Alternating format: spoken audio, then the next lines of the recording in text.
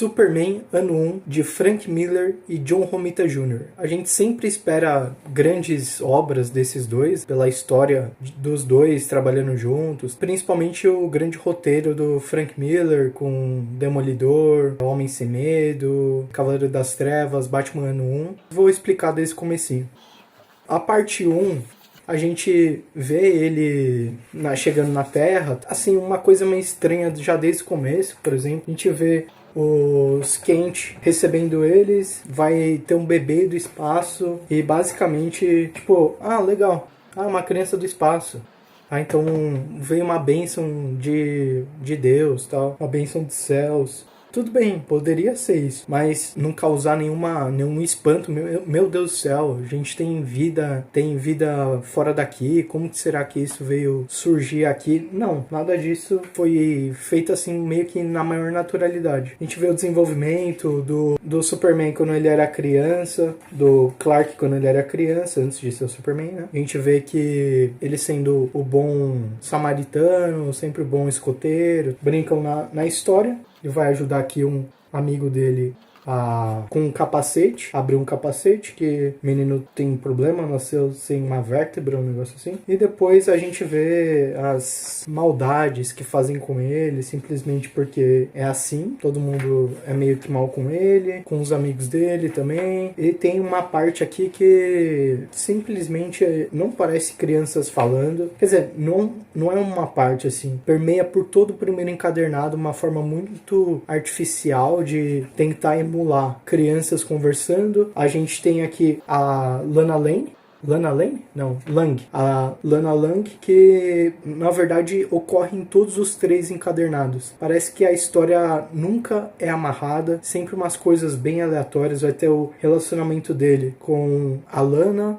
Aí no segundo encadernado, antes de falar do segundo encadernado, aqui é um momento que é muito artificial pelo fato de que umas crianças estavam querendo ser más com a Lana porque poderia incriminá-las, tal, que ela seria uma repórter da escola e expor os rapazes. Até aí tudo bem. Aí depois tem uma parada assim meio estranha. A gente vai tocar bem gostoso. Então, se tratando da escola, né? Não seria nem faculdade, não teria nenhum interesse anterior desses rapazes com ela. Então, isso é um negócio meio estranho assim, pro Superman salvá-los, lógico. Então, o Superman vai começar a namorar com ela, vai começar a sair com ela, depois vai direto pro exército. Então, a gente não compra muito bem esse relacionamento desde o começo. A gente vê ele sendo incrível e heróico e tal. Aí ele vai pra Marinha, uma ideia interessante, né? Pra explicar o motivo dele se tornar o que é no Cavaleiro das Trevas, sempre mais associado a uma parte mais estatal e tudo mais. Então ele vai tendo essa mentalidade mais de soldado, de falar assim, senhor, e não questionar o governo, como muitas pessoas fazem hoje em dia. Aí vai ter um relacionamento com uma Atlante que não vai dar em nada também. A gente vai vendo esse ao todo decorrer da história. Então, tem até umas paradas legais, assim. Eu vi que teve gente reclamando da colorização, mas eu acho que tá ok. Tem lugares mais bonitos. Não vou mostrar, mas essa Atlante, que ele é apaixonado, é filha de Netuno, e simplesmente ele sente o trono ameaçado e manda uns bichos atrás dele e tal, por se sentir assim. Uma parada muito estranha. Eu vi que não vi uma pessoa que reclamou disso, um canal que reclamou disso, mas eles são muito grandes e tal. E desse daqui, que é dos piratas, que pelo fato deles estarem usando lenço e tal, emitiria ao islamismo e tal. Mas a questão é que, por exemplo, a economia da Somália se eu não me engano, sei lá, uns 20% provém dos piratas. Então isso é real. A questão é que parece que as histórias, elas começam e não terminam, sabe? É tudo muito jogado, igual o relacionamento dela também, que ele supostamente ficaria com o Atlante, o pai dela não quer, manda o bicho atrás dele, ele vence o pai reconhece que ele é superior, mais forte do que ele, e simplesmente vai embora. Encontra um submarino, que é o pai dela. Aí vai encontrar um submarino, mas vai mostrar o submarino que tem uma repórter lá, não sei se vocês conhecem, uma tal de Lois Lane, que, tipo, não tem nada a ver, assim, por que diabos que ela estaria sozinha num submarino sendo repórter? Sozinha. Não tem o menor sentido disso. E depois, como que nada faz sentido, aqui ó, salvando a Lois. Aí, como que nada faz sentido, ela vai estar desacordada no mar, vai levar ele para a superfície e vai tentar revivê-la. Do nada, aparece o pessoal do exército, da marinha, lutando contra ele, atirando, e não tem um motivo, fazendo com que as coisas sejam jogadas novamente. Aí, simplesmente, ele vê que a Lois tem uma carteirinha de jornalista e ele fala, não, beleza, decidi ser jornalista também, é isso.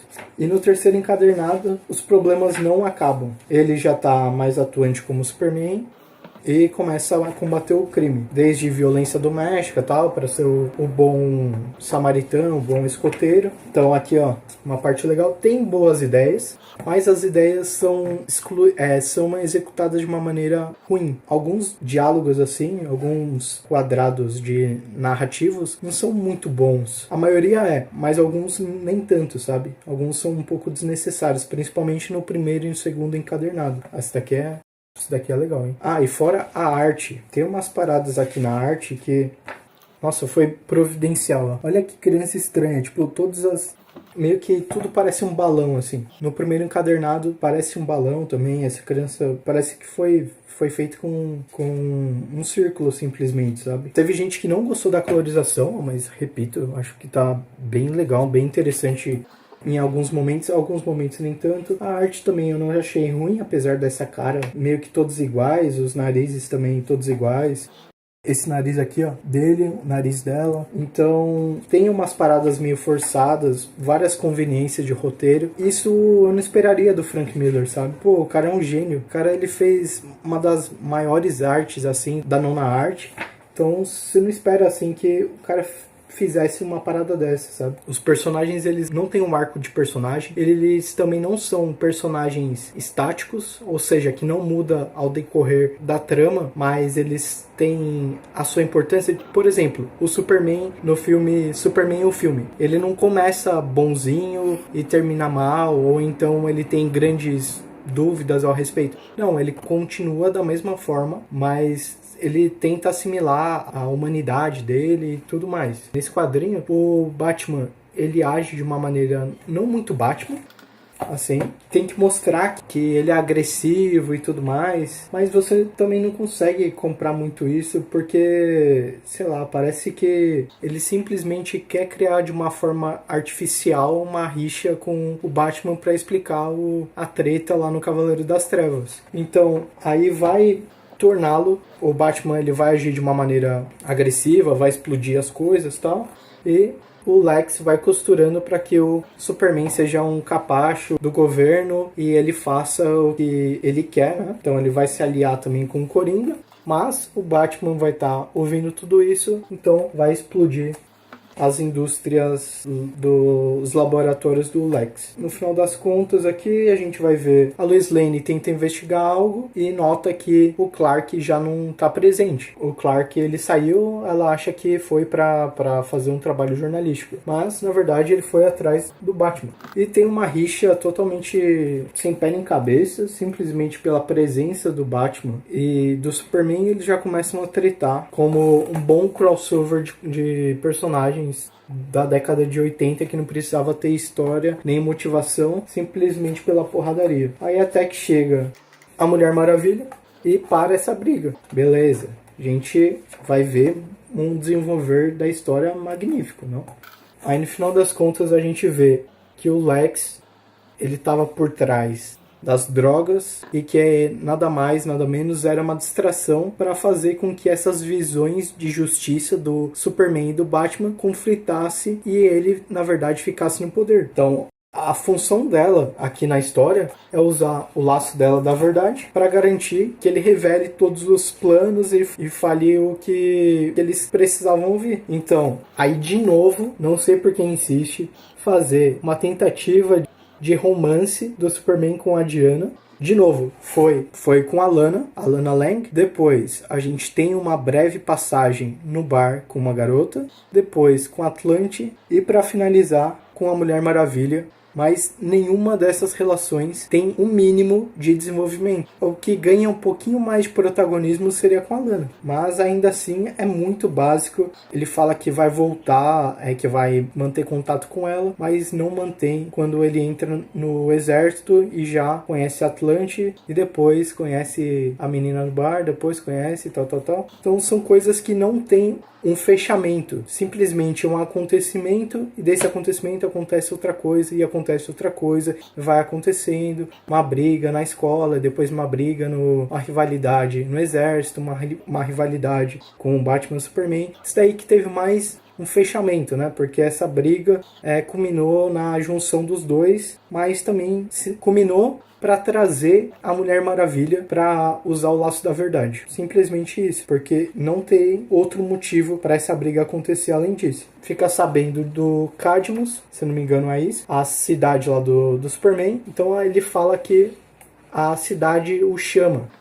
E termina com isso daqui. Termina ele saindo do espaço e com uma frase muito emocionante: seu destino chegou, e sem hesitação ou medo ele voa diretamente ao encontro de seu destino. Este é o único sobrevivente, este órfão, essa criança rebelde, este adolescente furioso, esse intrépido repórter, este salvador, este ser que cruza o espaço em busca da verdade. Para não dizer que não é ruim, assim, tem referências muito boas, conseguiu tirar de mim uns 2 sorrisos, teve umas sacadinhas assim que foi interessante, o que o Coringa responde pro Lex, a referência bíblica de Jonas, uma referência também sobre a mídia que ele usa, né? Ou seja, os velhos só acreditam aquilo que sai no jornal e tudo mais. Tem umas paradas interessantes assim, umas 5 ideias, 10 ideias no quadrinho inteiro que dá para se aproveitar. A história teria muito potencial desde que fosse bem trabalhado. E misteriosamente, eu não sei porquê, com o Frank Miller não conseguiu apresentar um trabalho de qualidade. Eu sei que ele teve problema com alcoolismo. Talvez pode ser que seja um reflexo disso, talvez por conta dos prazos, ele não conseguiu entregar. Não sei, mas não é bom. Isso aqui não é bom. Tem erros que eu acho que, sei lá, nem na escola de roteiro a gente cometeria esses erros. Por exemplo, tem personagens que aparecem do nada, tem erros de continuação grosseiros, tem partes de história. Por exemplo, essa história saiu em 3 encadernados. O encadernado 2 praticamente não serviu pra nada. Seria meio que um filler. E o John Romita também